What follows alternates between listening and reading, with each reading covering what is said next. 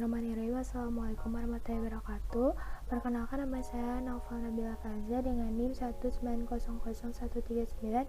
Di sini akan mempresentasikan analisis QFD. Untuk materi yang akan dibahas adalah mengenai sejarah awal mulanya adanya QFD. Yang kedua adalah QFD. Di sini terdapat definisi, manfaat, proses, dan host of quality. Yang ketiga, analisis QFD-nya terdapat pada produk, analisis kepuasan konsumen, dan SWOT. Lalu kesimpulan mengenai QFD. Di sini yang pertama terdapat sejarah QFD. QFD atau Quality Function Deployment dikembangkan di Jepang di akhir 1960-an oleh Profesor Shigeru Mizuno dan Yoji Akao. Pada saat itu, kontrol kualitas statistik yang diperkenalkan setelah terjadinya Perang Dunia II. Setelah berakar pada industri manufaktur Jepang dan kegiatan kualitas sedang berintegrasikan dengan ajaran para sarjana terkenal seperti Dr. Juruan, Kaoru Ishikawa, Feigenbaum menekankan pentingnya menjadi kontrol kualitas sebagai bagian dari manajemen bisnis, yang akhirnya dikenal sebagai TQC dan TQM atau Total Quality Management.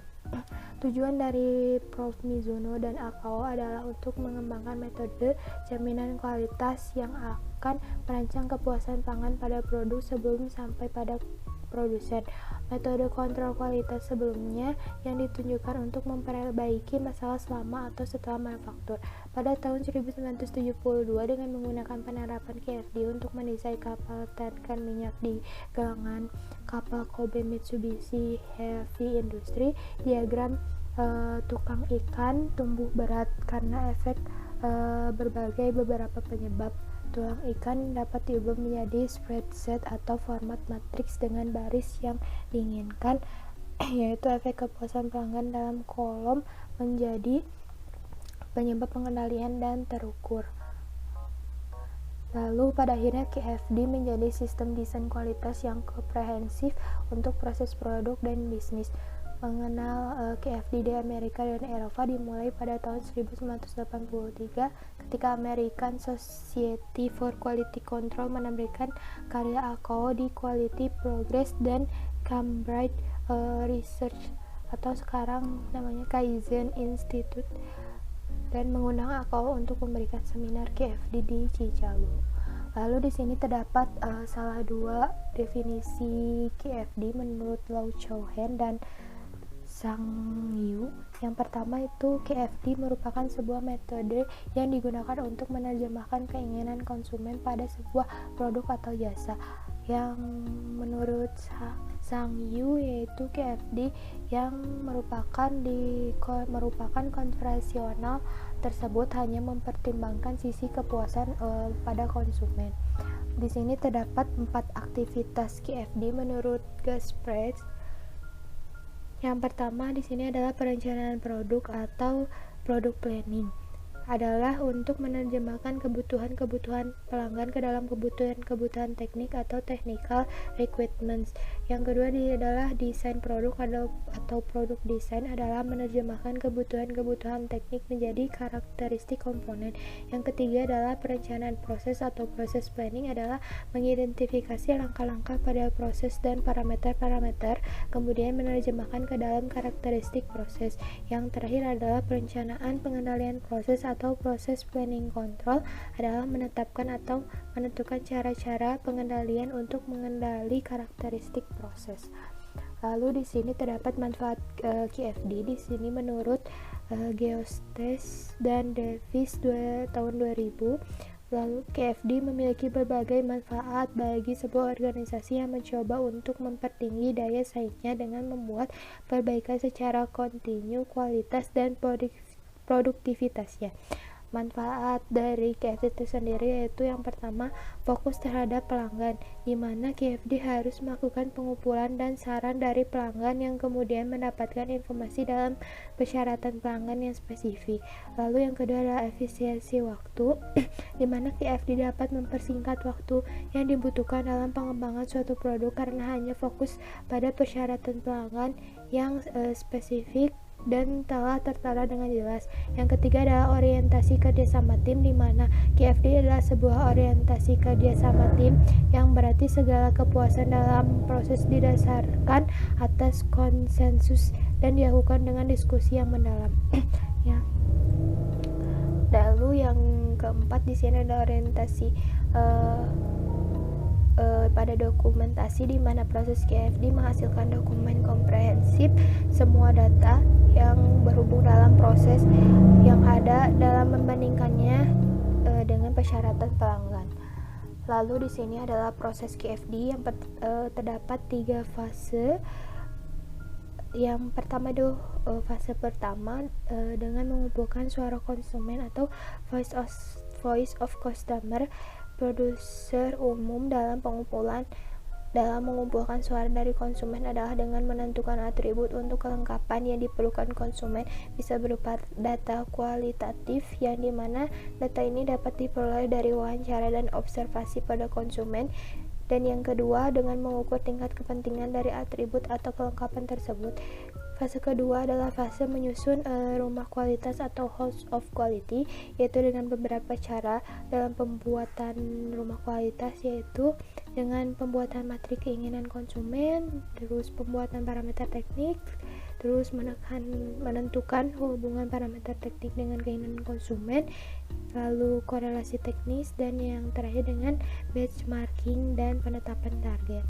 Lalu yang terakhir adalah fase ketiga, merupakan analisis dan interpretasi dengan melakukan analisis dari tahapan-tahapan di atas atau tahapan fase pertama atau kedua.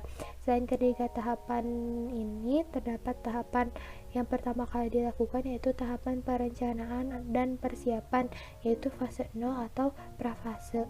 Ataupun tahapan-tahapan sebagai berikut, yaitu dengan menyiapkan dukungan organisasional, yaitu dukungan dari pihak manajemen, dukungan fungsional, dan dukungan teknis KFD. Yang kedua, menentukan tujuan ataupun keuntungan yang diharapkan dari kegiatan KFD. Lalu yang ketiga, menentukan pelanggan. Dikarenakan proses KFD, penilaian dapat dinilai banyak oleh pelanggan. Lalu yang keempat, menentukan cakupan produk.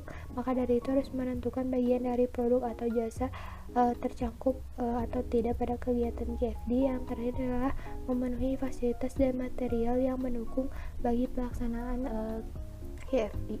Lalu selanjutnya adalah house of quality.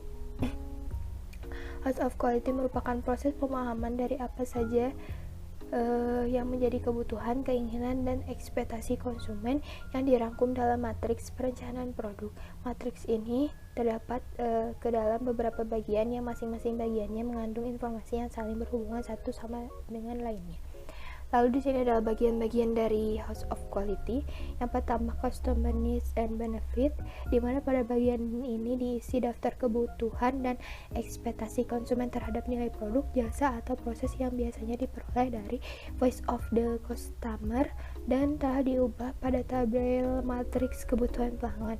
Lalu yang kedua adalah planning matrix, di mana pada bagian ini mempunyai tujuan menyusun dan mengembangkan beberapa pilihan strategis dalam mencapai nilai-nilai kepuasan konsumen yang tinggi. Yang ketiga adalah technical respon, di mana kolom technical respon ini berisi tentang bagaimana organisasi mendeskripsikan perencanaan produk atau jasa untuk dikembangkan. Deskripsi ini didapatkan dari keinginan konsumen dan kebutuhannya. Dan yang terakhir adalah relationship, di mana pada kolom ini dijelaskan bagaimana hubungan antara setiap elemen dari technical respon dengan keinginan dan kebutuhan konsumen. Lalu selanjutnya ada analisis produk. Di sini adalah terdapat analisis produk pada Lea Jeans. Di sini ada definisi produknya. Lea merupakan salah satu merek jeans terkenal di dunia. Merek ini adalah salah satu produksi asal Indonesia yang beroperasi di Tangerang, Banten oleh PT Lea Sanet. Merek Lea pertama kali diluncurkan pada tahun 1976 dengan gaya desain ala Amerika Latin dengan konsep casual. Hal ini diperjelas dengan logo yang menyerupai bendera Amerika. Dengan hal ini banyak yang terkecoh oleh produk Lea karena banyak konsumen yang menganggap Lea berasal dari Amerika. Nama Lea berasal dari nama kakak Leo Sanjaja yang merupakan direktur PT Lea Sanet. Perusahaan memulai dengan membuat t-shirt, Lalu Garment biasa yang memproduksi jeans di Singapura dan memulai mendalami brand denim dengan partner di Singapura pada tahun 1978 hingga 1979. Lalu di sini terdapat visi dan misi dari perusahaannya. Yang pertama adalah visinya yaitu untuk menjadi merek denim retail terkemuka di industri denim dan memberikan produk berkualitas terbaik kepada pelanggan. Lalu Lea memberikan komitmen untuk membuat jeans yang nyaman, stylish, dan terlihat berbeda dari merek denim premium lainnya. Lalu misinya di sini Lea selalu menekankan pada kecocokan kualitas dan gaya dan inspirasi untuk membuat pria dan wanita terlihat dan merasa nyaman dengan jeans mereka. Selain itu juga dengan konsisten, jujur pada diri sendiri dan menetapkan harga yang baik. Selain itu, Lea selalu menanggapi kebutuhan pelanggannya dengan menekankan pada komunikasi, keterbukaan, dan kerjasama tim. Lalu di sini penerapan KFD pada produk Lea, yaitu Lea adalah merek retail yang menawarkan pakaian kasual gaya Amerika yang inovatif, pakaian dan aksesoris klasik yang bersih untuk membantu pelanggan mengekspresikan selera gaya masing-masing. Merek ini dimulai pada tahun 1972 berdasarkan prinsip-prinsip kualitas dan denim otentik buatan Amerika. Setelah diluncurkan dengan penawaran denim untuk pria dan wanita, itu adalah kecocokan, gaya, dan kenyamanan yang tak terbantah yang akhirnya memenangkan populasi. Di sini memasarkan produk Lea membidik pasaran anak muda dengan melakukan pemasaran di berbagai media sosial dengan target konsumen di rentang umur 25-35 tahun. Lalu cara melakukan pemasaran Lea dengan mengiklankan produk dengan menggunakan media sosial seperti Facebook, Instagram, bahkan Twitter. Lea telah melakukan berbagai promosi untuk produknya dan memiliki beberapa offline store yang berada di Jabodetabek, Jawa Barat, Jawa Timur, Kalimantan, dan bahkan Sumatera gitu. Di sini terdapat beberapa nama store Lea, ada banyak banget. Lalu selanjutnya di sini ada analisis kepuasan konsumen atau pelanggan, yaitu Lea cukup memenuhi keinginan kebutuhan konsumennya dengan desain produk yang berkonsep casual gaya Amerika yang inovatif, lalu pakaian dan aksesoris klasik yang bersih untuk membantu pelanggan dalam mengekspresikan selera gaya masing-masing. Tidak hanya itu, Lea memberikan layanan terbaik pada konsumennya dengan mempermudah dalam melakukan pembelian pada websitenya dengan memberikan tutorial melakukan pembelian produknya. Di sini dia mencantumkan bagaimana sih cara pesan produk Lea gitu. Lalu kemudian selain itu, Lea juga menampilkan informasi bagi konsumen mengenai fit guide untuk konsumen dapat mengetahui ukuran produk sebelum melakukan pembelian dengan praktis gitu, dan juga mendapat panduan pengukuran untuk konsumen dengan jelas mengenai ukuran untuk produk jeans maupun t-shirt, dan memiliki dan yang terakhir, terdapat informasi tambahan untuk konsumen bagaimana merawat denim supaya tahan lama dengan menjelaskan bagaimana teknik pencucian dengan benar sampai dengan cara menyetrika produknya. Lalu di sini ada analisis SWOT pada produk Lea Jeans. Lea Jeans di sini ada kelebihannya. Lea Jeans adalah produk Indonesia yang sudah memiliki nama di kancah internasional. Banyaknya inovasi dari segi model dan desain membuat Lea Jeans tetap bertahan dari dulu hingga sekarang. Kualitas produk yang konsisten dan stabil membuat penjualan Lea Jeans untuk segmentasi pasar remaja hingga dewasa mencapai angka 1 juta potong per bulan. Lalu kekurangan produknya pada merek Lea Jeans terdapat pada harga yang cukup tinggi, terlebih pada pasaran remaja, namun sebanding dengan kualitas produknya. Di sini terdapat peluang produknya. Produk Lea Jeans melakukan desain produk dengan menjadikan pembeda pada resleting Lea Jeans menggunakan tulisan Lea 45 untuk mengantisipasi konsumen terhadap produk palsu dan untuk mengetahui produk Lea yang aslinya seperti apa. Lalu Lea Jeans memiliki peluang yang cukup besar karena sudah memiliki nama besar selama lebih dari 3 dasawarsa. Untuk ancaman produknya di sini banyaknya pesaing dengan penjualan produk yang sama dengan produk yang lebih berinovatif. Lalu yang selanjutnya, karena Lea terkenal, maka banyak oknum-oknum yang tidak bertanggung jawab membuat produk palsu atau KW. Selanjutnya terdapat kesimpulan, pada perusahaan dengan penerapan teknologi sekarang yang semakin berkembang, membuat konsumen juga memiliki sifat kritis dan semakin pintar, sehingga perlu adanya pemahaman untuk memenuhi kebutuhan dan kemauan konsumen meskipun maraknya persaingan perusahaan lain yang dapat menarik perhatian konsumen. Maka dari itu perlu adanya penerjemah pada perusahaan atau melakukan cross-functional product design untuk merancang dan mengembangkan produk. Adanya quality functional deployment atau QFD yang menjadi sebuah metode atau alat komunikasi dalam penghubung marketing, engineering, dan operation, sehingga dapat membantu dalam menghubungkan kebutuhan konsumen dan keinginan konsumen dengan spesifikasi teknis yang mudah dipahami oleh engineering dan lainnya. Selanjutnya, KFD memiliki 4 fase yang terdiri dari product planning, part deployment, process planning, dan production operation planning dengan penjelasan lengkap dalam melakukan perancangan dan pengembangan produk di tahap persiapan sampai dengan tahap produksi, sehingga perancangan dan pengembangan tersebut pada produk dapat dilakukan dengan efektif dan efisien. Tetapi tidak hanya itu, pada proses untuk memenuhi kebutuhan dan kemauan konsumen harus memperhatikan waktu dan sisi produknya. Dengan begitu, perusahaan harus memperhatikan siklus hidup pada produk yang dimiliki, karena siklus tersebut menjadi sebuah kunci bagi perusahaan untuk melakukan perancangan dan pengembangan produk. Terdapat manfaat dari proses tahapan dalam quality functional deployment pada produk. Penting dilakukannya analisis dalam QFD untuk mengetahui kepuasan konsumen terhadap produk.